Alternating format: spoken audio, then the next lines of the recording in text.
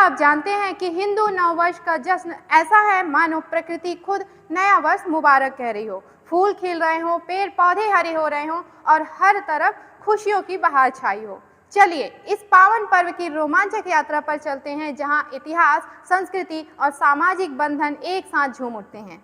आइए समझते हैं इसकी शुरुआत और महत्व को। ठीक है, तो देखिए, हिंदू नववर्ष चैत्र शुक्ल प्रतिपदा को धूमधाम से मनाया जाता है, जो चैत्र नवरात्रि के पहले दिन से मेल खाता है और आमतौर पर मार्च और अप्रैल में ये आता है। जैसे 2026 में आज ही यानी 19 मार्च को ये आया है।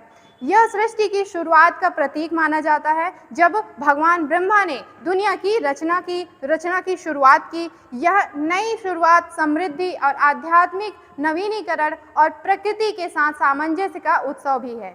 लोग पिछले वर्ष की समीक्षा करते हैं और नए लक्ष्य बनाते हैं। ग्रेगोरियन कैलेंडर के अनुसार यह तिथि हर साल बदलती रहती है। क्लियर है इतनी सारी चीजें यहाँ पे? आगे ऐतिहासिक भावनाओं को भी देख लेते हैं थोड़ा सा आगे वाली स्लाइड में हम। ठीक है, इसकी ऐतिहासिक पृष्ठभूमि को यहाँ समझ लेते हैं। सबसे पहले ऐतिहासिक महत्व की बात करें तो यह विक्रम संवत से जुड़ा है, जो राजा विक्रमादित्य के नाम पर शुरू हुआ। प्राचीन काल से ही हिंदू काल गणना इसी से होती थी, जिसमें 12 महीने यानी 12 मास होते हैं। चैत्र पहला और फाल्गुन जो है अंतिम होता है। यह चंद्र सौर पंचांग पर भी आधारित है। अब इसके सांस्कृतिक महत्व को भी हम यहाँ पर समझ लेते हैं। ठीक है, तो सांस्कृतिक महत्व की हम अगर बात करें तो बसंत ऋतु की शुरुआत के साथ प्रकृति का नया जीवन चक्र दर्शाता है। यह घरों को सजाना हो, रंगोली बनाना, पंचांग पाठ करना, चंदन का तिलक लगाना, ये आम रिवाज होते हैं। चैत्र नवरात्रि से जुड़कर माँ दुर्गा की उपासना को बढ़ावा देता है। विविधता में एकता का यह प्रतीक नैतिक मूल्यों को मजबूत करता है। आगे बढ़े इसी में। चलिए, हमने ऐतिहासिक पृष्ठभूमि को भी यहाँ पर समझ लिया। अब देखिए, भारत में हिंदू नववर्ष पूरे देश में अलग अलग नामों से जाना जाता है, लेकिन इसका मूल एक ही होता है, यानी उसका उद्देश्य एक ही होता है। जैसे महाराष्ट्र में इसे गुड़ी पड़वा कहा जाता है, जबकि आंध्र प्रदेश, तेलंगाना और कर्नाटक में इसे उगादि के रूप में मनाया जाता है। उत्तर भारत में इसे हिंदू नववर्ष या नव संवत्सर कहा जाता है।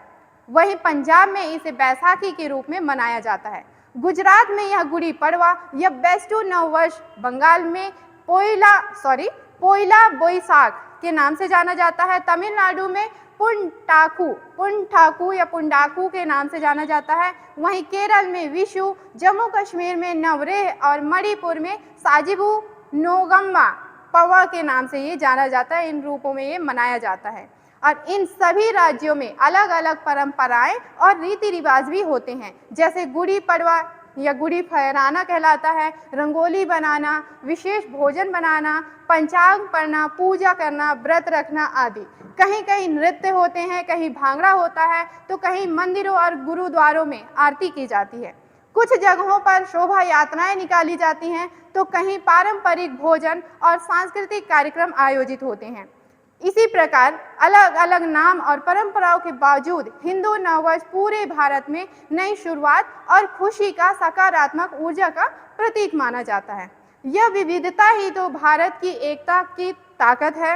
एक त्योहार और अनगिनत रंग। तो इस नववर्ष पर अपने राज्य का रिवाज अपनाइए और पूरे देश के साथ जश्न मनाइए, खुशियां बांटिए। Thank you.